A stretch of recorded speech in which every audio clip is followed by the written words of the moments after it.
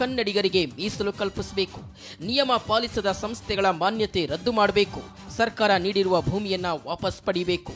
ಆ ಸಂಸ್ಥೆಗೆ ನೀಡಿರುವ ಎಲ್ಲ ಸರ್ಕಾರಿ ಸವಲತ್ತುಗಳನ್ನು ಹಿಂದಕ್ಕೆ ತೆಗೆದುಕೊಳ್ಳಬೇಕು. ಕನ್ನಡಿಗರಿಗೆ ಉದ್ಯೋಗ ಮೀಸಲು ಕೊಡಿಸದ ಅಧಿಕಾರಿಗಳ ವಿರುದ್ಧ ಕಾನೂನು ರೀತಿಯಲ್ಲಿ ಕ್ರಮ ಜರುಗಿಸಬೇಕು. ರಾಜ್ಯ ಸರ್ಕಾರ ತರುವ ಕಾನೂನನ್ನ ಜಾರಿ ಮಾಡುವ ಅಧಿಕಾರವನ್ನ ಕನ್ನಡ ಅಭಿವೃದ್ಧಿ ಪ್ರಾಧಿಕಾರಕ್ಕೆ ಕೊಡಬೇಕು. ಕರ್ನಾಟಕ ರಕ್ಷಣಾ ವೇದಿಕೆಯ ಟಿ.ಎ. ನಾರಾಯಣಗೌಡರು ಹಮ್ಮಿಕೊಂಡಿರುವ ಈ ಹೋರಾಟಕ್ಕೆ ಭಾರಿ ಬೆಂಬಲ ಸಿಕ್ತಿದೆ.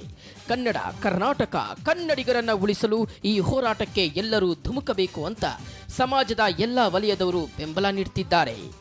ತಾಯಿ ತನ್ನ ಮಗು ಅಳದೆ ಹೋದ್ರೆ ಎದೆ ಹಾಲೆ ಕುಡಿಸೋದಿಲ್ಲವಲ್ವಾ? ಹಾಗಾಗಿ ಯಾವಾಗ ಶಿಕ್ಷಣ, ಸಂಘಟನೆ, ಹೋರಾಟ, ಡಾಕ್ಟರ್ ಬಿ ಆರ್ ಅಂಬೇಡ್ಕರ್ ಅದಕ್ಕೆ ಕೊಟ್ಟಿದ್ದಾರೆ 3. ಒಂದು, ನಾವು ಶಿಕ್ಷಣವಂತರಾಗಬೇಕು, ನಾವು ಸಂಘಟಿತರಾಗಬೇಕು, ಹೋರಾಟ ಆಗಬೇಕು. ಎಲ್ಲದಕ್ಕೂ ಕೂಡ ಹೋರಾಟವೇ ಮದ್ದು. ಹಾಗಾಗಿ ನಮ್ಮ ನಾರಾಯಣ್ ಗೌಡರ ನೇತೃತ್ವದಲ್ಲಿ ಒಂದು ಕರ್ನಾಟಕ ರಕ್ಷಣಾ ವೇದಿಕೆ ಬಹುದೊಡ್ಡ ಕೆಲಸವನ್ನು ಮಾಡ್ತಾ ಇದೆ. ಇತ್ತೀಚೆಗೆ 1-2 ತಿಂಗಳ ಹಿಂದೆ ಬೆಂಗಳೂರು ಅಂದರೆ ಬರೀ ಇಂಗ್ಲೀಷ್ ಮಯವಾಗಿ ಎಲ್ಲ ಬೋರ್ಡ್ಗಳು ಇಂಗ್ಲೀಷ್ ಇದ್ದು, ಈಗ 60% ಕನ್ನಡ ಆಗಿ ಇರುತ್ತಲ್ಲ, ತುಂಬ ಅದ್ಭುತವಾಗಿ ಕೆಲಸ ಮಾಡ್ತಾ ಇದೆ. ಖಂಡಿತವಾಗಿ ಈ ಹೋರಾಟ ಒಂದು ಅಂತಿಮವನ್ನು ತರುತ್ತೆ.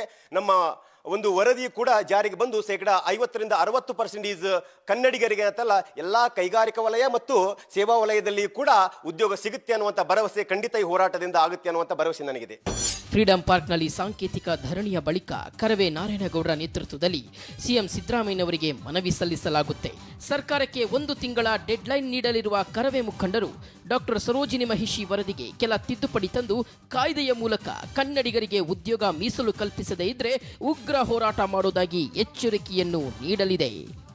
ಗಣೇಶ್ ಹೆಗಡೆ, BTV ಕನ್ನಡ, ಬೆಂಗಳೂರು.